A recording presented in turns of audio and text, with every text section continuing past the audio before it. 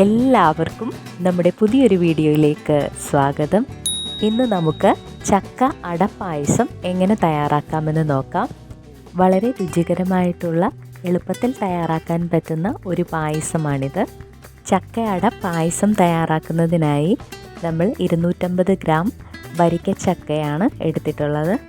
ഇനി നമുക്ക് വേണ്ടത് അടയാണ്. 100 ഗ്രാം അട നമ്മൾ കഴുകി വൃത്തിയാക്കി എടുക്കുക.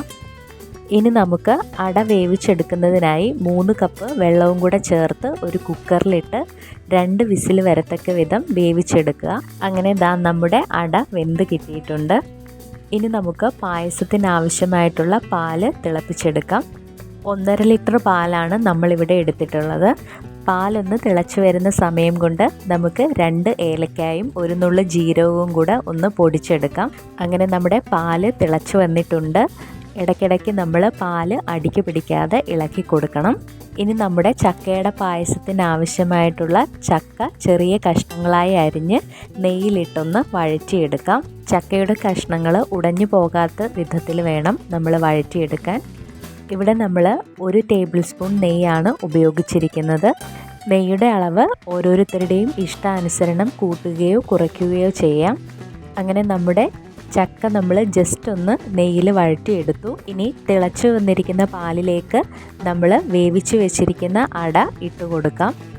വളരെ ശ്രദ്ധിച്ച് നമ്മൾ അട കുറച്ചായിട്ട് വേണം ചൂടുള്ള പാലിലേക്ക് ഇട്ട് കൊടുക്കാൻ. അതിനുശേഷം പാലും അടയും കൂടെ നന്നായിട്ട് ഇളക്കി യോജിപ്പിക്കാം.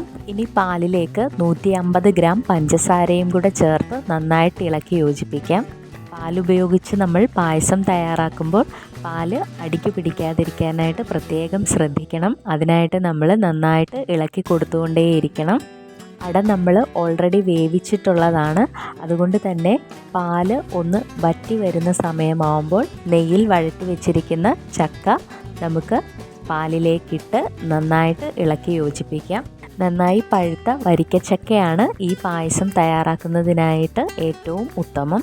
പാല് ഒന്നുകൂടി തിളച്ച് വറ്റി വരുമ്പോൾ അതിലേക്ക് നമ്മൾ പൊടിച്ചു വെച്ചിരിക്കുന്ന ഏലക്കായുടെയും ജീരകത്തിൻ്റെയും കൂടെ പൊടി ചേർത്ത് കൊടുക്കുന്നുണ്ട്. കൂടാതെ 1/4 ടീസ്പൂൺ ചുക്കുപൊടിയും കൂടെ ചേർത്ത് കൊടുക്കുന്നുണ്ട്. ചുക്കിൻ്റെ ടേസ്റ്റ് ഇഷ്ടമാണെങ്കിൽ മാത്രം ചേർത്ത് കൊടുത്താൽ മതിയാകും. ഇനി ഈ ചേരുവകളെല്ലാം നന്നായിട്ട് ഒന്ന് ഇളക്കി യോജിപ്പിക്കാം.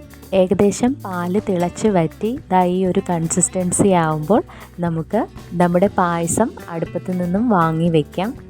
അതിനുശേഷം ആവശ്യത്തിന് നെയ്യ് ഉപയോഗിച്ച് ഉണക്കമുന്തിരിയും കാഷ്യൂനട്ടും ഒന്ന് വറുത്തെടുക്കാം. ഇനി നമുക്ക് ഇത് നമ്മുടെ പായസത്തിലേക്ക് ചേർത്ത് കൊടുക്കാം. അങ്ങനെ നമ്മുടെ ചക്കയട പായസം തയ്യാറായിട്ടുണ്ട്.